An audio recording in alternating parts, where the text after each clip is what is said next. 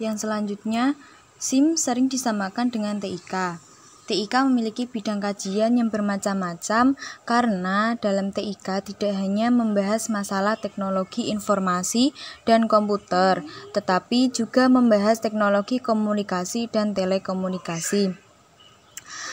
Terdapat beberapa bidang kajian TIK, ada e-learning, manajemen informasi, teknologi komputer, SIM, internet, teknologi telekomunikasi atau handphone, telepon, teknologi tanpa kabel dan menggunakan kabel, teknologi jaringan komputer atau LAN, MAN, dan WAN.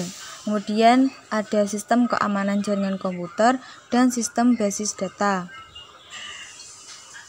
Jadi dapat disimpulkan bahwa SIM merupakan bagian dari bidang ilmu TIK yang pada implementasinya saling terkait, seperti implementasi SIM di sekolah membutuhkan jaringan komputer atau LAN dan MAN dan jaringan telepon agar bisa diakses banyak orang.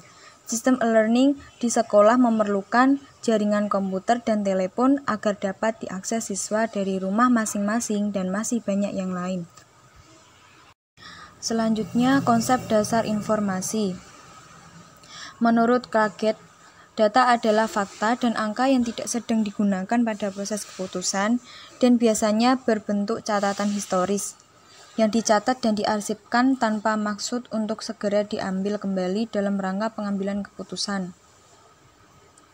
Kemudian menurut McLeod, Jr., data adalah fakta-fakta dan angka-angka yang relatif tidak berarti bagi pemakai.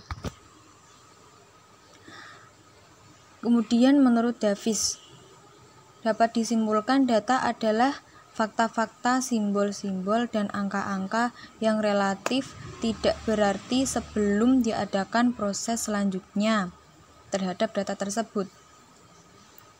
Nah, sedangkan informasi adalah data yang diolah menjadi bentuk yang lebih berguna dan lebih berarti bagi penerima. Nah, di sini terdapat ciri-ciri informasi dalam lingkup informasi manajemen. Di antaranya, yang pertama benar atau salah. Ini berhubungan dengan realita atau tidak. Yang kedua baru. Baru ini adalah yang dimaksud informasi yang diterima benar-benar baru. Yang ketiga tambahan. Nah, tambahan ini dapat memberikan tambahan terhadap informasi yang telah ada. Yang keempat korektif. Korektif ini dapat menjadi koreksi atas informasi yang salah satu palsu. Yang kelima penegas. Dapat mempertegas informasi yang telah ada.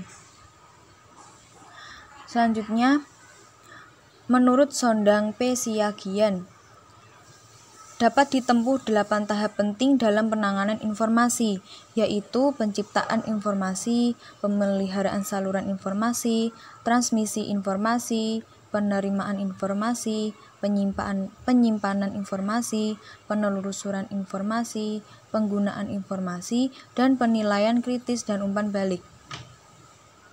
Kemudian yang terakhir menurut Murdyk, ada 6 karakteristik dari jenis informasi yang paling tepat dalam penggunaannya dengan komputer, yaitu ada kecepatan, kuantitas, repetitif, kompleksitas, input yang pasti, dan output yang akurat.